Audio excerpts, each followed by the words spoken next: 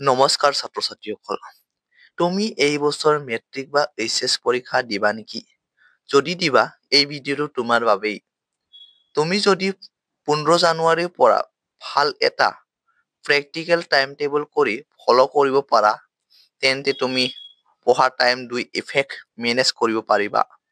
যাৰ বাবে তুমি পঢ়াৰ productivity, consistency and over results 10 times improve কৰিব পাৰিবা।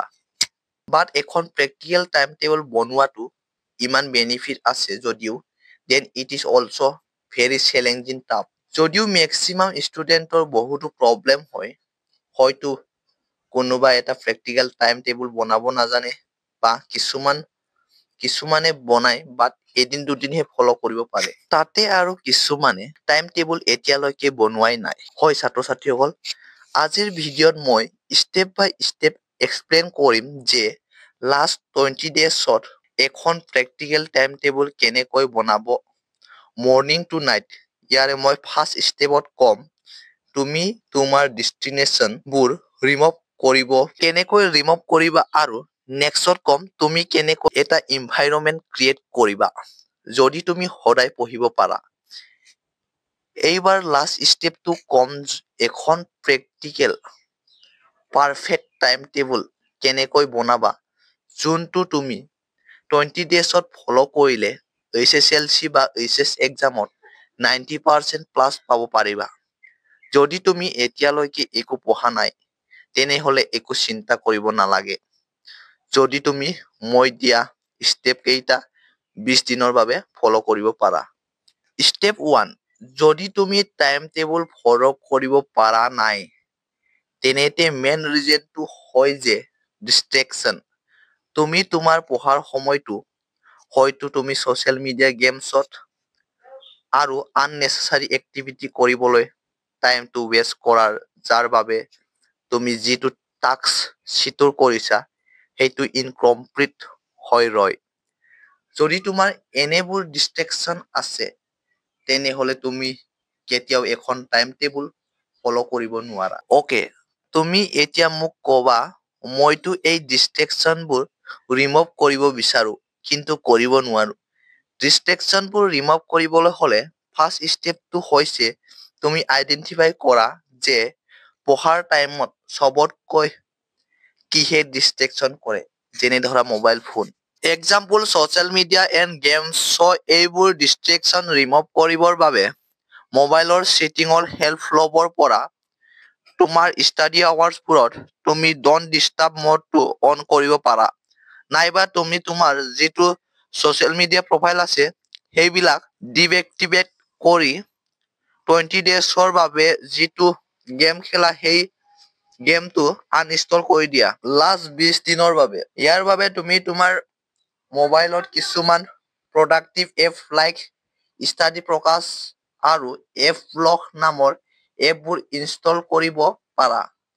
বাকী যিবিলাক আননেচেচাৰী এপ আছে সেইবিলাক ব্লক কৰিবৰ বাবে যদি তুমি ইমানবোৰ কৰি লোৱা লাষ্ট 20 ডেজৰ বাবে তেনেহলে তোমাৰ 82ৰ পৰা 92% ডিষ্ট্ৰেকশ্যন ৰিমুভ হৈ যাব। যেতিয়া তোমাৰ সেইবোৰ ডিষ্ট্ৰেকশ্যন নাথাকিব তেতিয়া তুমি বনোৱা টাইম টেবুলখন ফলো কৰিবৰ বহুত ইজি হৈ যাব। নেক্সট এতিয়া কম তুমি এটা পাৰফেক্ট টাইম টেবুল ফলো কৰিবলৈ হলে এটা ষ্টাডিলে কনভাৰমেণ্টেল কেনেকৈ ক্ৰিয়েট কৰিবা। ইয়াৰ বাবে তুমি এনেকুৱা ইনভাইৰমেণ্টেলত পঢ়িবলৈ বহিবা য'ত তোমাৰ চবতকৈ বেছি ফ'কাছ আৰু প্ৰডাক্টিভ হয় আৰু ডিষ্ট্ৰেকশ্যন চবতকৈ কম হয়। তাৰ বাবে তুমি এটা কোৱাইট আৰু প্ৰাইভেট ৰুম ল'বা য'ত তোমাৰ এখন টেবুল থাকিব আৰু চকী থাকিব। তাৰ ফ্ৰণ্টত তোমাৰ ৱাল থাকিব য'ত তুমি যিবিলাক নেচেচাৰী ফৰ্মুলা হয় বা তুমি কি পঢ়িবা সেইবিলাক চিপকাব পাৰে আৰু তোমাৰ যিবোৰ ষ্টাডি মেটেৰিয়েল থাকিব সেই টেবুলখনত তোমাৰ অৰ্গেনাইজ ৱেত থাকিব যাতে তোমাৰ পঢ়াৰ টাইমত ষ্টাডি মেটেৰিয়েলবোৰ বিচাৰি নুফুৰে। হয় তুমি ডিষ্ট্ৰেকশ্যনবোৰ ৰিমুভ কৰিলা আৰু ষ্টাডি লাইক ইনভাইৰমেণ্টেলো বনাই ললা। নেক্সট এতিয়া আহো টাইম টেবুললৈ। ইয়াৰ আগতে থেংক ইউ সকলোকে, কাৰণ অতি সোনকালে আমাৰ এই ইউটিউব চেনেলটোত 1K ছাবস্ক্ৰাইবাৰ কমপ্লিট হ'ল। নেক্সট 2K কৰিব লাগে। গতিকে তুমি গম পোৱাই চাগে কি কৰিব লাগে। যদি তুমি টাইম টেবুল এখন বনোৱা দেন তুমি এদিনত 3টা স্লট এৰেঞ্জ কৰিব লাগিব। Morning, evening and night. যদি তুমি মৰ্নিঙত সোনকালে উঠিব পাৰা দেন মৰ্নিঙৰ টাইম টেবুলখন ফ'ল' কৰিবা। যদি তুমি ৰাতিপুৱা ইমান ঠাণ্ডাত উঠিব নোৱাৰা তেনেতে নাইট টাইমৰ ৰুলটো ফ'ল' কৰিবা।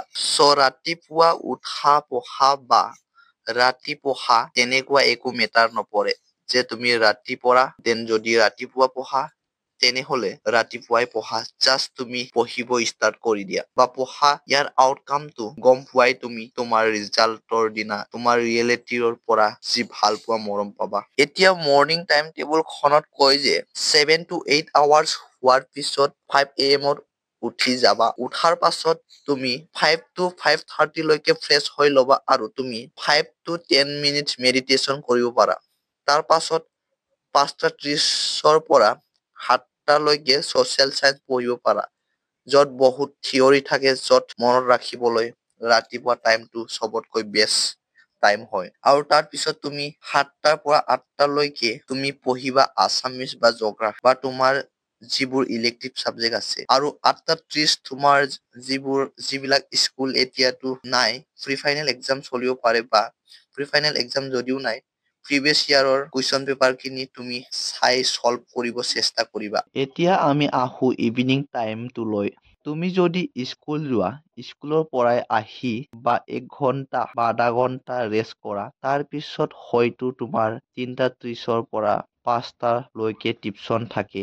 তোমালোকে যদি টিউচন লৈছা ইউ কেন গ' ফৰ টিউচন। যিবিলাকে টিউচন লোৱা নাই তেনেহলে তুমি তোমাৰ মেথছখন তুমি প্ৰেক্টিচ কৰিব পাৰা। আবেলি টাইমত মেথছ প্ৰেক্টিচৰ কাৰণে বেষ্ট হয়। তোমালোকে মেথছখন প্ৰেক্টিচ কৰিবা।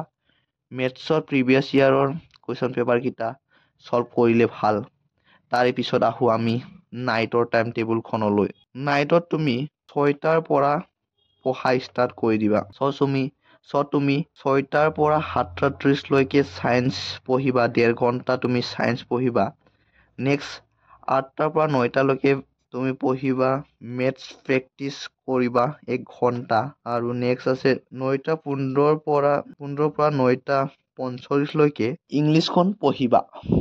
আৰু তাৰপিছত 10টাৰ পৰা তুমি শুব পাৰা। তাৰপিছত পুৱাই উঠিবা 5টাৰ পুৱাই উঠিবা। আশা কৰো ছাত্ৰ ছাত্ৰীসকল যদি এই ভিডিঅ'টো চাই ভাল পোৱা তেনেহলে like, comment, share and subscribe কৰিবলৈ একেবাৰে